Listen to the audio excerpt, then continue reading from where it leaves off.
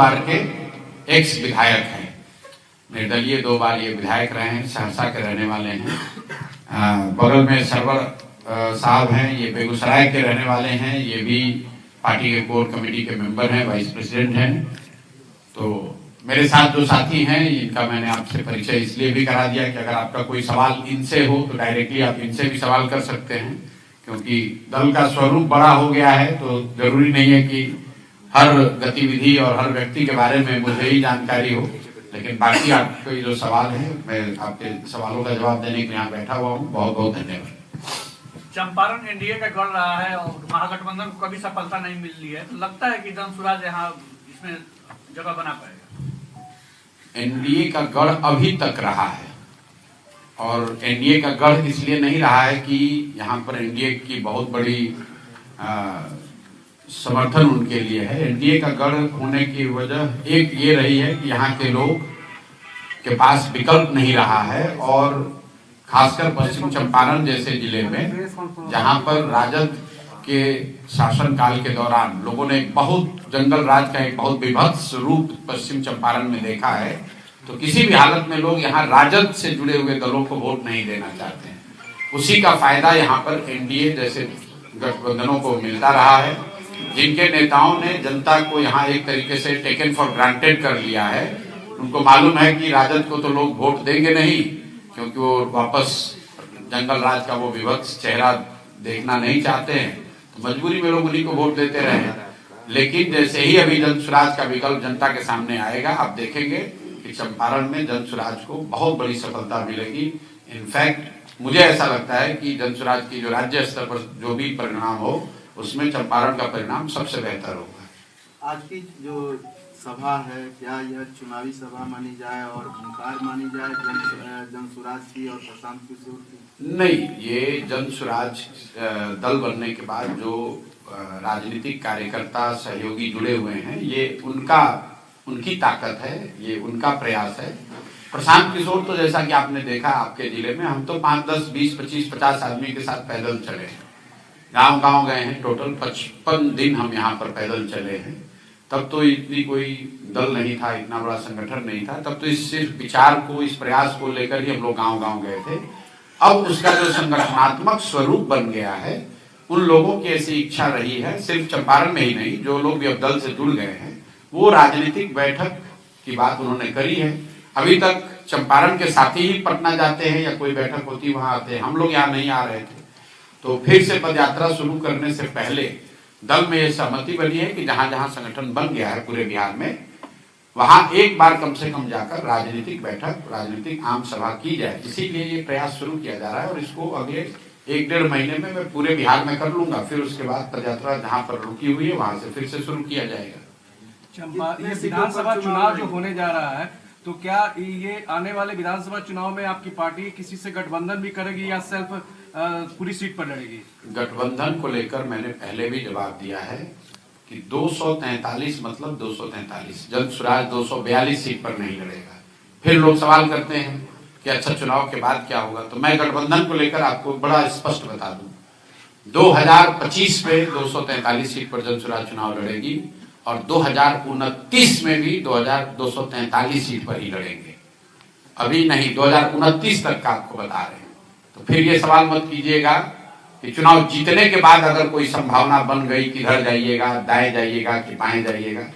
जनसुराज बिहार को सुधारने का प्रयास है, व्यवस्था के बदलने का प्रयास है, कुछ एमएलए जीतकर सरकार बनाने का प्रयास नहीं है। और मैं पूरी तरीके से कृत संकल्पित हूं, चाहे 2 बरस लगे, 5 बरस लगे, 10 बरस लगे, कोई इसके ईमानदारी में, इसकी शुद्धता में, इस विचार के प्रयास में कोई कमी नहीं, कोई उसमें कॉम्प्रोमाइज नहीं होगा।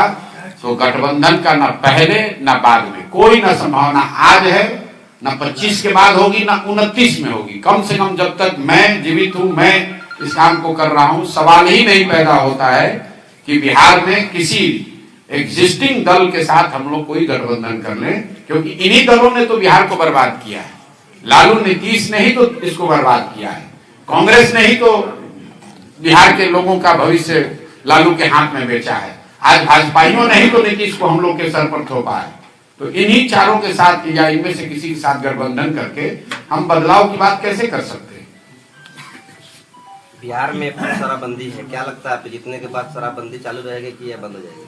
अब बिहार में शराबबंदी है, अगर पश्चिम चंपारण के इतने सब वरीय साथी पत्रकार अगर आप कह रहे हैं कि शराबबंदी है, तो मेरा कोई बात कहना ही इस पर बेकार है। बिहार में शराबबंदी नहीं है, शराबबंदी के नाम पर शराब की दुकानें बंद हैं, घर घर शराब बिक रहा है। और हम जनसुराज ने पहले घोषणा करी है कि अगर जनसुराज की सरकार बनती है तो 1 घंटे के अंदर बिहार से शराबबंदी का कानून हटा दिया जाएगा। इसलिए हटा दिया जाएगा कि दुनिया में इस बात का कहीं कोई प्रमाण नहीं है।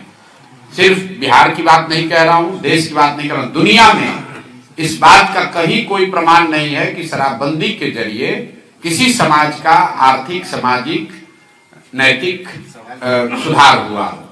दूसरी बात, शराबबंदी की वजह से बिहार में करीब करीब 15 से 20 हजार करोड़ रुपए का नुकसान हो रहा है हर साल। ये पैसा कहां जा रहा है? ये पैसा जा रहा है यहाँ के भ्रष्ट नेताओं के जेब में, यहाँ के अफसरों के जेब में, शराब माफिया के जेब में। बिहार सरकार जिसका बजट अभी अभी आया है, आप उसका विकास का बजट देख लीजिए, 20,000 करोड़ रुपया इतनी बड़ी राशि है कि प्लान्ड एक्सपेंडिचर का करीब करीब ये 15 से 20% होता है। 1/3 से 1/4 पैसा जो है आप फॉरगो कर रहे हैं, और ये पैसा से किसी का फायदा नहीं हो रहा है। ये पैसा मिल रहा है यहाँ के अफसरों को, नेताओं को, शराब माफियाओं को। तीसरी बात कही गई, गांधी जी ने ये कहा है, इस बात को भी मैंने खुलासा किया है कि जो भी गांधी को पढ़ने का, समझने का दावा करते हैं, उनको मेरी खुली चुनौती है, आप मुझे गांधी जी का लिखा हुआ एक लाइन, एक पंक्ति दिखा दीजिए या बोला हुआ वाक्य सुना दीजिए जिसमें गांधी जी ने कहा है कि सरकार कानून बनाकर शराबबंदी लागू करे। गांधी जी ने शराबबंदी को सामाजिक प्रयास के तौर पर बताया, कानून बनाने की बात नहीं कही। अगर गांधी जी कानून बनवाना चाहते तो देश आजाद हुआ था, गांधी जी कहते पूरे देश में शराबबंदी लागू हो गई होती। अंतिम 2 और बात, सर जिस शराबबंदी को महिलाओं के नाम पर किया गया है, सबसे ज्यादा इस कानून का प्रताड़ना भी इस कानून से महिलाओं की है। कुल 8 लाख से ज्यादा मामले हुए हैं शराबबंदी में, 6.5 लाख से ज्यादा केसेस में कोर्ट ने कॉग्निजेंस लिया है, और 1.25 लाख से ज्यादा लोग आज भी अंडर ट्रायल जेल में हैं। जो लोग जेल में आज बंद हैं, ज्यादातर ये लोग समाज के गरीब और पिछड़े समाज के लोग हैं, जिनको कोई वकील नहीं मिल रहा है, जिनका कोई कोर्ट में केस लड़ने वाला नहीं है, वही लोग आज जेल में बंद हैं।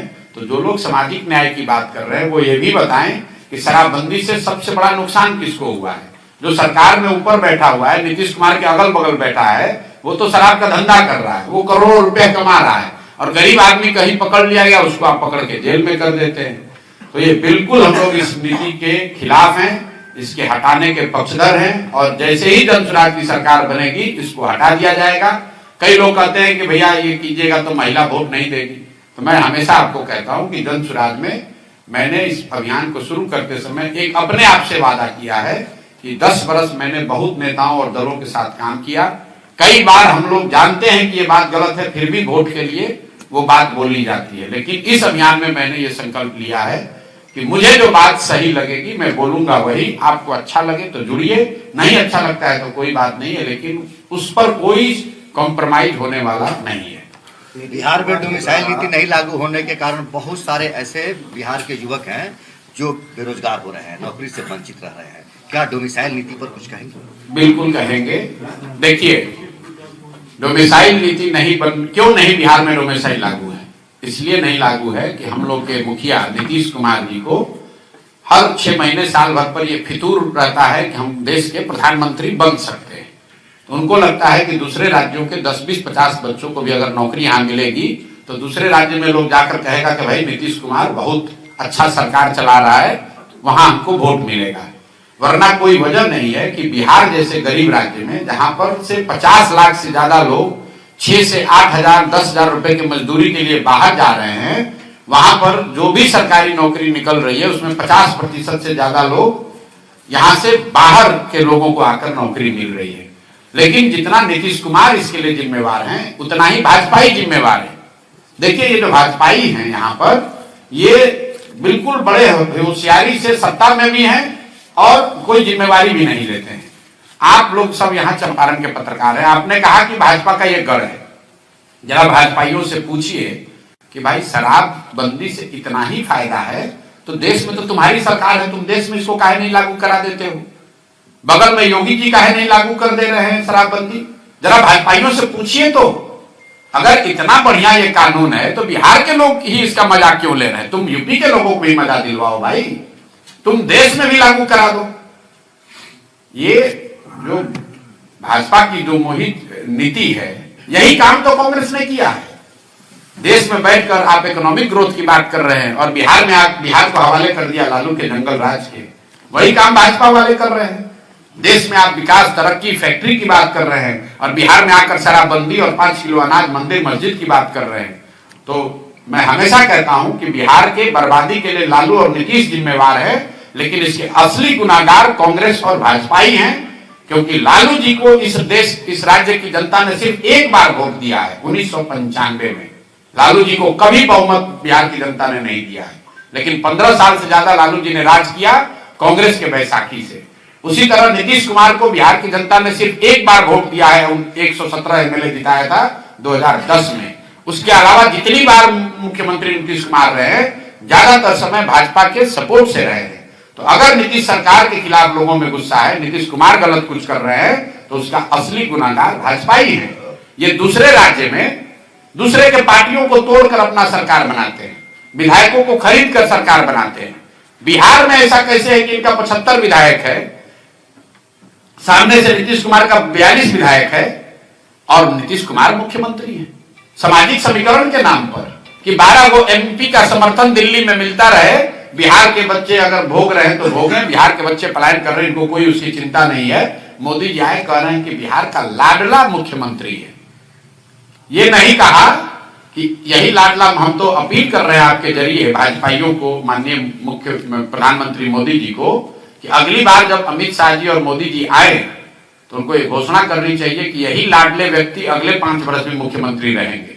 वो घोषणा कर दें। चंपारण में अगर एक सीट पर भाजपा न हारी तो आप हमसे पूछ लीजिएगा, खाली ये घोषणा कर दें। ये लोग नीतीश को आगे मुखौटा बनाकर किसी तरह वोट लेना चाहते हैं। जीतने के बाद नीतीश का भी गला काटेंगे और इस बार अपना मुख्यमंत्री बनाएंगे। नीतीश कुमार के द्वारा प्रधानमंत्री नरेंद्र मोदी के पैर छूने पर आपने बिहारियों के अपमान बताया था। बिल्कुल बताया था। देखिए, पैर छूना हम लोग की सामाजिक सभ्यता का हिस्सा है। आप अपने से बड़े व्यक्ति का या जिसको भी आप सम्मान देते हैं उसका अगर पैर छूते हैं उससे कोई दिक्कत नहीं है। लेकिन नीतीश कुमार पार्लियामेंट में, देश के संसद में जहां शपथ विधि चल रही हो या जहां पर सरकार का एक फॉर्मल मीटिंग चल रहा है, वहां पर खड़े होकर प्रधानमंत्री का पैर छू रहे हैं, तो वो सिर्फ नीतीश कुमार व्यक्ति और नरेंद्र मोदी का मामला नहीं है। वो बिहार के मुख्यमंत्री हैं, 13 करोड़ लोगों को रिप्रेजेंट कर रहे हैं। वहां पर सारे राज्यों के मुख्यमंत्री हैं। क्या किसी दूसरे ने पैर छुआ नीतीश मोदी जी का? आपको व्यक्तिगत श्रद्धा है, जाकर पैर छुइए। लेकिन आप बिहार के मुख्यमंत्री के नाते देश के संसद में खड़े होकर अगर प्रधानमंत्री का पैर छू रहे हैं तो यही दिखा रहा है कि अपना कुर्सी पर बैठे रहने के लिए नीतीश कुमार पैर क्या छुएंगे, पैर पे बैठ भी जाएंगे। नीतीश कुमार की जो आज दशा है, वो तो मुख्यमंत्री बने रहने के लिए कुछ भी करने को तैयार है। आपने कभी सुना कि नीतीश कुमार ने कहा कि भाई चीनी मिल सब चालू हो जाएगा तब हम समर्थन देंगे? अभी तो पूरे देश में यही चर्चा है ना कि नीतीश जी के समर्थन से देश में सरकार चल रही। नीतीश जी भाजपा के प्रधानमंत्री के बगल में बैठते हैं चंद्रबाबू नायडू के साथ। क्या नीतीश कुमार ने कहा कि वक्त पे कानून बनेगा तो मैं समर्थन वापस ले लूंगा? क्या नीतीश कुमार ने कहा कि अगर चीनी मिल चालू नहीं होगा तो मैं समर्थन वापस ले लूंगा? तो नीतीश कुमार को बिहार की फैक्ट्री की बात नहीं करनी है, मुसलमानों के साथ यहाँ जो गलत हो रहा है उसकी बात नहीं करनी है। उनको बात करनी है भैया हमें मुख्यमंत्री बना दो, हम तुम्हें समर्थन दे देंगे। क्या लग रहा है चुनाव में फिर पलटी मारेंगे? कहां पलट के कहां जाएंगे? नीतीश कुमार को कहां दम है कि पलट के कहीं जाए? वो तो नीतीश कुमार पलटी जीतने के बाद करते हैं। एक चीज आप लोग को ध्यान नहीं है, नीतीश कुमार अपने पूरे जीवन में कभी भी एक बार छोड़कर, जब उनका चुनाव मैंने लड़ाया था, अगर 2015 को छोड़ दीजिए तो नीतीश कुमार आज तक अपने पूरे जीवन में भाजपा के बगैर चुनाव नहीं लड़े हैं। क्योंकि वो लड़ते हैं भाजपा की ताकत से, भाजपा के पैसे से, भाजपा के संगठन से। और जीतने के बाद वो पलटते हैं। तो नीतीश कुमार, आप लोग फिर जाकर जांच लीजिएगा, 2015 को अगर अपवाद के तौर पर हटा दीजिए, जो चुनाव मैंने लड़ाया था 2015 को छोड़ दीजिए, तो नीतीश कुमार का गुदा नहीं है कि वो अपने दम पर लड़ लें या राजद के साथ जाके लड़ लें। तो कोई पलटने की बात नहीं है, वो भाजपा के साथ ही लड़ेंगे और ये कोशिश करेंगे कि भैया फिर से कोई जुगत लगाकर भाजपा वाले बनाए तो भाजपा वाले, और न बनाए तो उधर पलट के बना ले। लेकिन इस बार जनता भी तैयार बैठी है, उनको इतना कम सीट देगी कि वो किधर भी पलट ले, इस बार मुख्यमंत्री नहीं बनने वाले हैं। और इस बात को आप रिकॉर्ड पर हमारी ओर से ले लीजिए, बिहार में नवंबर में कोई मुख्यमंत्री बन जाए, नीतीश कुमार मुख्यमंत्री नहीं बनेंगे। अगर बन जाए तो आप हमको पकड़िएगा, हम अपना अभियान वापस ले लेंगे। नीतीश कुमार मुख्यमंत्री बनने वाले नहीं। नीतीश कुमार का फेस रिएक्शन जो है वो भी काफी चर्चा में है। तेजस्वी यादव कह रहे हैं कि सिर्फ इशारों में बात करते हैं, कभी मुंह चबाते रहते हैं सदन। भाई देखिए, फेस रिएक्शन पे क्या कहेंगे हम लोग। पिछले कई महीनों से मैं कह रहा हूं कि नीतीश जी शारीरिक तौर पे थक गए हैं, फिजिकली टायर्ड और मेंटली रिटायर्ड। नीतीश कुमार जी की मानसिक स्थिति ऐसी नहीं है कि वो इस राज्य के मुख्यमंत्री बने रहे, लेकिन ये दुर्भाग्य है इस राज्य का और कहीं ना कहीं भाजपा इसके लिए दोषी है। उनको मालूम है, ये बात सबसे पहले हमने नहीं कही, तेजस्वी यादव ने नहीं कही, सबसे पहले इस बात को नवंबर 2023 में भाजपा के यहाँ के सबसे बड़े नेता सुशील मोदी जी ने सदन के बाहर कहा कि नीतीश कुमार जी को कोई गंभीर मानसिक बीमारी है। ये हमने नहीं कहा, ये सुशील मोदी जी ने कहा है। उसके बावजूद अगर कोई मानसिक तौर पर बीमार व्यक्ति को आप मुख्यमंत्री बनाकर थोपे हुए हैं बिहार पर, तो इसीलिए मैंने कहा कि गुनाहगार कौन है, गुनाहगार कौन है आप देख लीजिए। हम तो आपको कैमरे पर चुनौती दे रहे हैं। नीतीश कुमार, रोग की बात छोड़ दीजिए, अपने मंत्री परिषद के सदस्यों का खाली नाम बता दे, बाकी बात छोड़िए। बिहार की समस्या, विभाग में क्या हो रहा है नहीं हो रहा है सब छोड़िए। अगर विभाग के सभी मंत्रियों का नाम बिना कागज देके बता दें तो मैं मान लूंगा कि वो स्वस्थ है और 5 साल उन्हीं को मुख्यमंत्री होना चाहिए। नीतीश कुमार अपने विभाग के मंत्री परिषद के साथियों का नाम तक नहीं बता सकते हैं और पटना में या जो लोग भी नीतीश कुमार के इर्द गिर्द हो रही घटनाओं को गंभीरता से देख समझ रहे हैं, वो सब बात ये जानते हैं कि नीतीश कुमार की अभी मानसिक स्थिति ऐसी नहीं है। उनको तो ये याद नहीं रह रहा है कि किस जिला में हम जा रहे हैं। वो 4 बार जब अधिकारी बताते हैं तो उनको लगता है कि भैया हम पश्चिम चंपारण में हैं, नहीं तो इसको कुछ दूसरा जिला भी बता दे तो कोई दिक्कत नहीं है। और आप देखिएगा चुनाव में ये दिखेगा अभी आपको। अभी तो मुख्यमंत्री हैं तो बहुत घेरे में है, कोई बात नहीं कर सकता है, ढाक तोप के उनको पब्लिक के सामने लाया जा रहा है। लेकिन जैसे ही चुनाव प्रचार शुरू होगा और जनता में आकर भाषण देना पड़ेगा, बोलना पड़ेगा, अपनी बात रखनी पड़ेगी, पत्रकार सवाल करेंगे, तो आपको जो मैं कह रहा हूं ये आपको दिखेगा। आपकी पार्टी को लोग क्यों वोट दें? हमारी पार्टी को तो पहली बात ये हमारी पार्टी नहीं है, ये जनता ने मिलकर बनाया है। वोट इसलिए दें कि 30-35 साल से विकल्प के अभाव में लालू के डर से भाजपा और भाजपा के डर से लालू को देने की जो राजनीतिक बंधुआ मजदूरी है वो खत्म हो।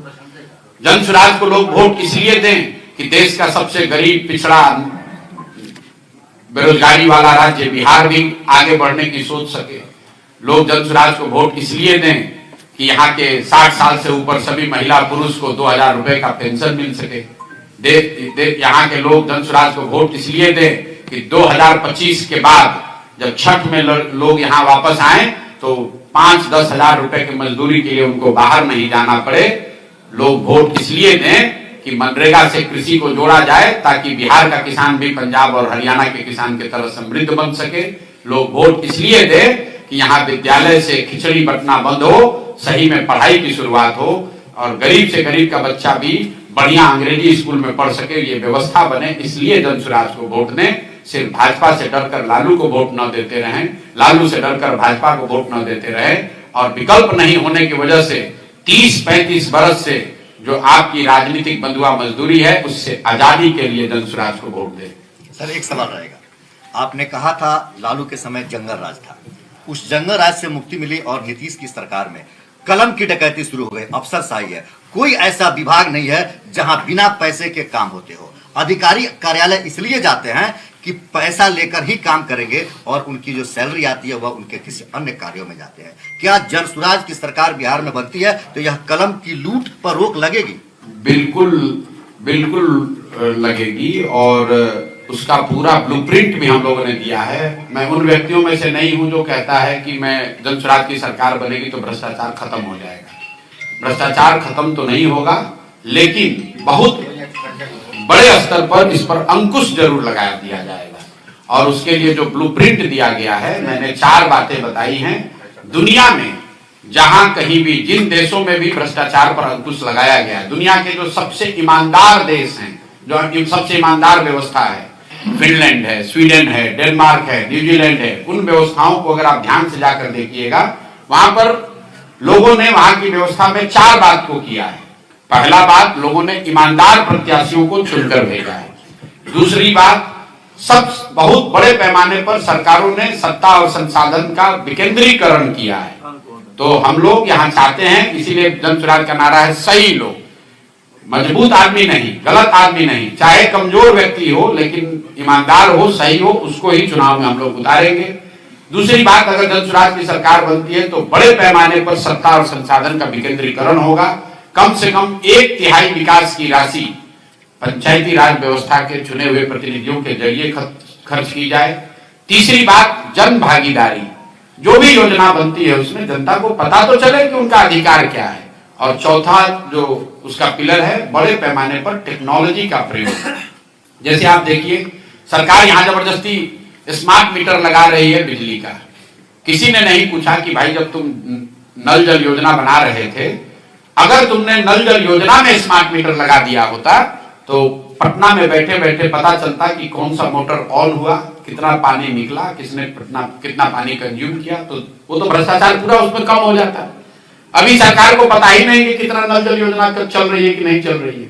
तो ये 4 जो सिद्धांत हैं, राजनीतिक लड़ाई में, लोकतांत्रिक लड़ाई में शुचिता आए, इसके लिए अच्छे लोगों का चुनाव, जो लोग चुनकर आए, व्यवस्था बने, उसमें बड़े स्तर पर सत्ता और संसाधन का विकेंद्रीकरण, तीसरा जन भागीदारी, और चौथा बड़े पैमाने पर टेक्नोलॉजी का प्रयोग। इन 4 चीजों से बिहार में बहुत बड़े स्तर पर भ्रष्टाचार पर अंकुश लगाया जा सकेगा। इसलिए नहीं कि मैं कह रहा हूं, क्योंकि दुनिया में इस बात का प्रमाण है कि जिन देशों में भी, जिन राज्यों में भी भ्रष्टाचार पर अंकुश लगाया गया है, वो इन्हीं 4 माध्यमों से ये अंकुश लगाया जा सका है। अच्छे लोगों से क्या मतलब, आपकी पार्टी में जो लोग आ जाए वही अच्छा है या दूसरे पार्टी छोड़ दिया जाता है वही अच्छा है, क्या है?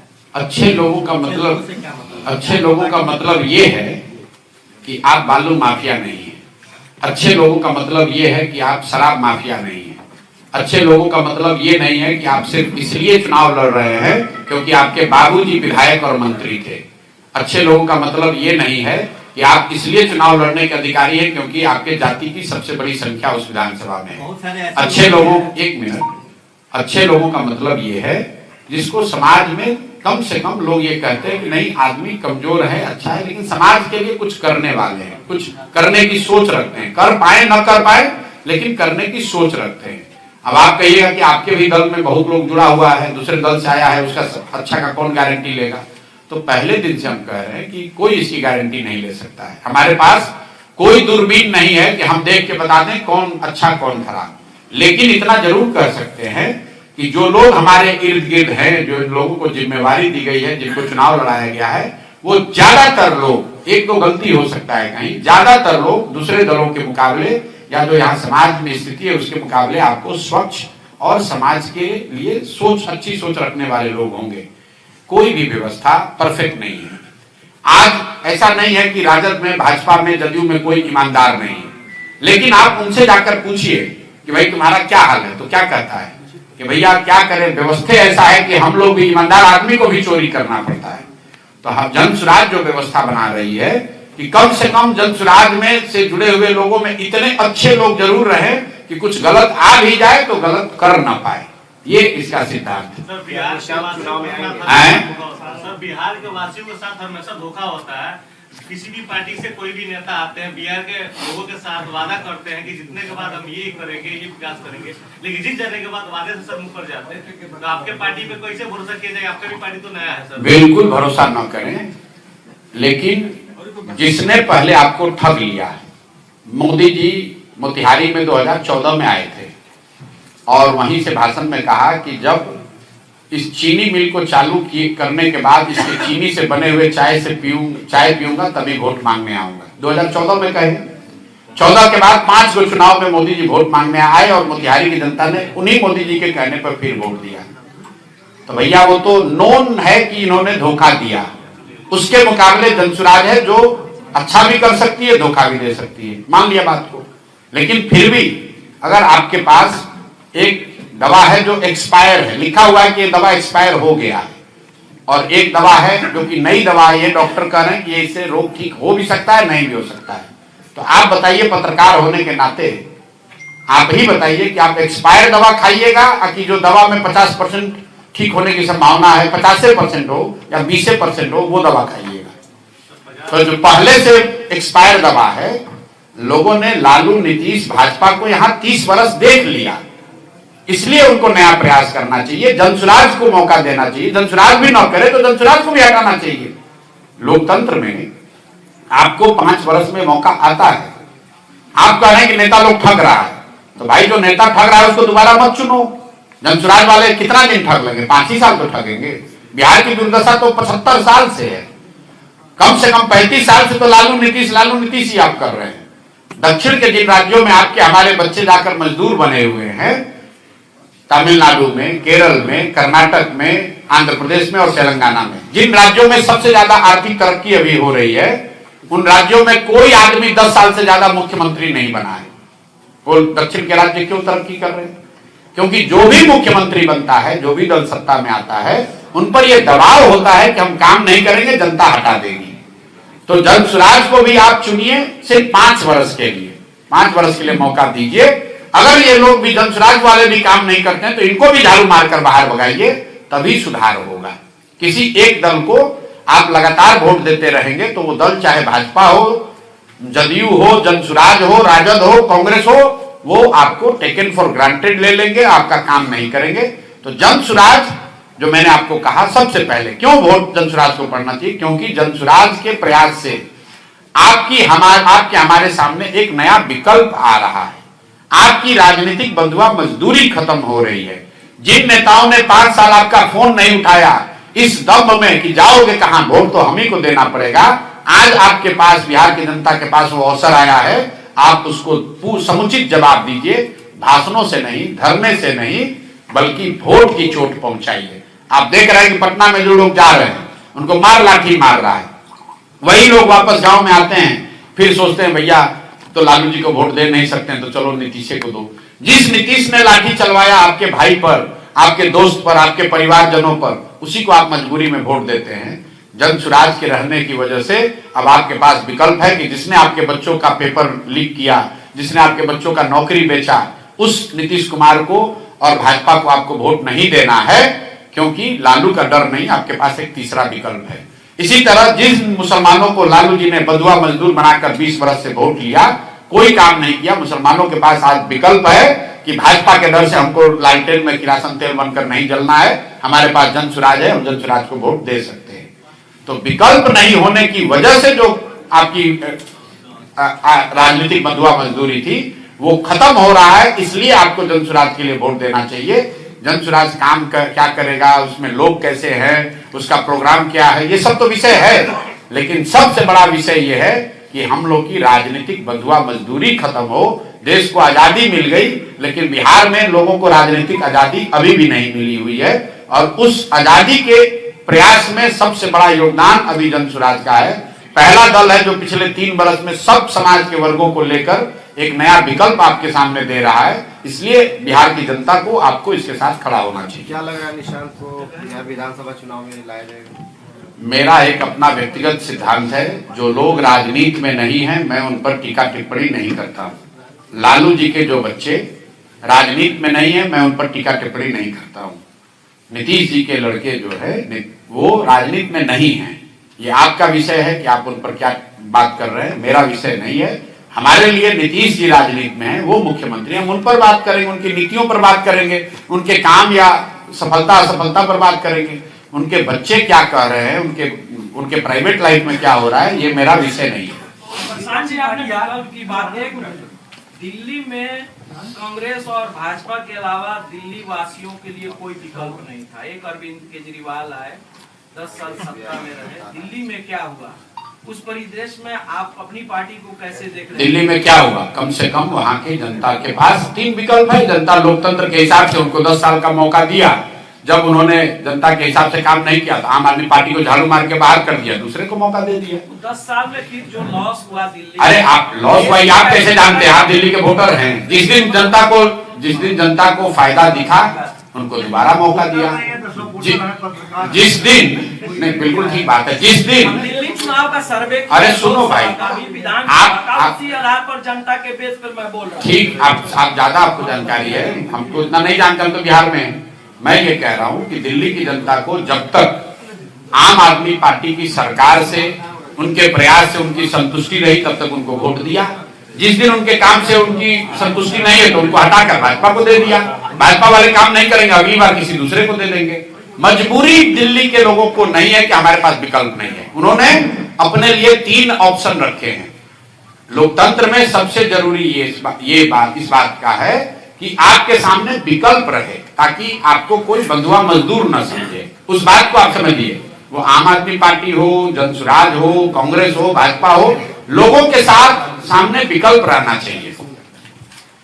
ठीक है भैया। अभी जो बजट आया है तो बिहार को लेकर किस रूप में देख रहे हैं, आपका एनालिसिस क्या है बजट का?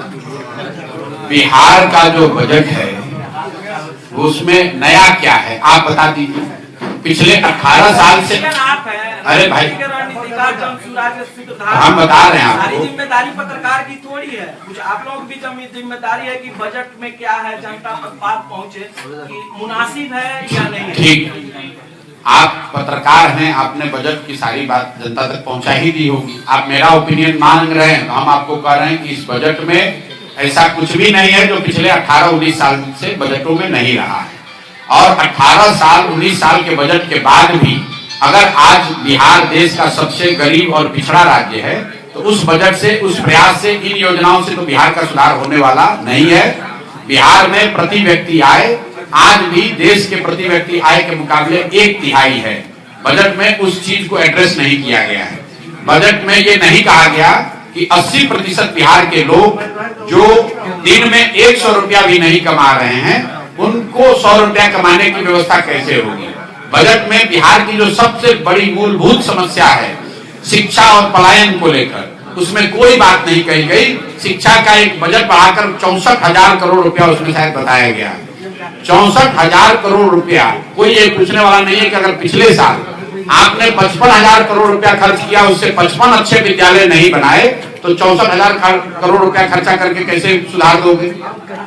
या अगर आपका जो बजट 2,46,80,000 करोड़ का पिछले साल था उससे बिहार में पलायन नहीं रुका तो इस बार आप पलायन कैसे रोक देंगे?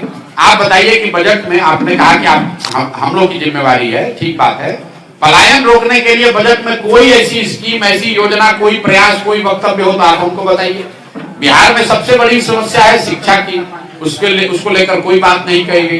बिहार में सबसे बड़ी समस्या है श्राप है यहाँ का पलायन, उसको लेकर कोई बात नहीं कही गई। जो यहाँ फैला हुआ भ्रष्टाचार है जो आपके साथी पत्रकार बता रहे थे, उसको लेकर कोई बात नहीं कही गई। बिहार में फैक्ट्री उद्योग कैसे लगेंगे, इसको लेकर कोई बात नहीं कही गई। तो सिर्फ इंक्रीमेंटल हर डिपार्टमेंट का बजट एलोकेट हायर कर देने से उससे थोड़ी ना कुछ होने वाला है। क्या संभव है पलायन को रोका जा सकता है? 200% संभव है। हम लोगों ने बताया है कि 1 साल के अंदर डिस्ट्रेस माइग्रेशन, मजबूरी में जो लोग बाहर मजदूरी करने जाते हैं उसको 1 साल में रिवर्स किया जा सकता है। उसका पूरा ब्लूप्रिंट भी हमने दिया है।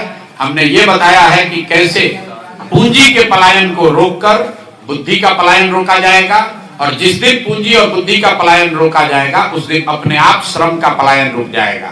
मैंने ये भी बताया है, आप पत्रकार हैं तो आप उसको जाकर देखिए कि हर साल बिहार से 2.5 लाख करोड़ रुपया पूंजी, जो बिहार के लोगों की पूंजी है, वो बैंक दूसरे राज्यों में भेज रहे हैं। उसको रोकने की जरूरत है। बजट से सुधार नहीं हो सकता है। जब तक बिहार में लोगों के पास पूंजी नहीं होगी तब तक यहाँ रोजी रोजगार नहीं होगा। जब तक रोजी रोजगार नहीं होगा तब तक पलायन रुकेगा नहीं। तो हम लोग ये खाली नहीं कह रहे हैं कि पलायन रोक देंगे। पलायन रोकने का रास्ता भी बता रहे हैं। और एक और बात, अभी हमने बिहार में, पटना में बिहार सत्याग्रह आश्रम शुरू किया है। वहां पर 1 लाख बच्चों को, इस बात को आप ध्यान से सुन लीजिए, चुनाव से पहले 1 लाख बच्चों को प्रशिक्षित करके 5 से 10,000 15,000 रुपया कमाने के लिए गारंटी दे रहे हैं। चुनाव से पहले, सरकार बनने से पहले वो मॉडल करके दिखा रहे हैं कि अभी 5 दिन के प्रशिक्षण में बच्चे कैसे अपने पैर पर खड़ा हो सकते हैं, कैसे 2,000 4,000 5,000 रुपया 10,000 रुपया कमा सकते हैं, ये मॉडल करके दिखा रहे हैं। सरकार जब बने उसकी बात अलग है।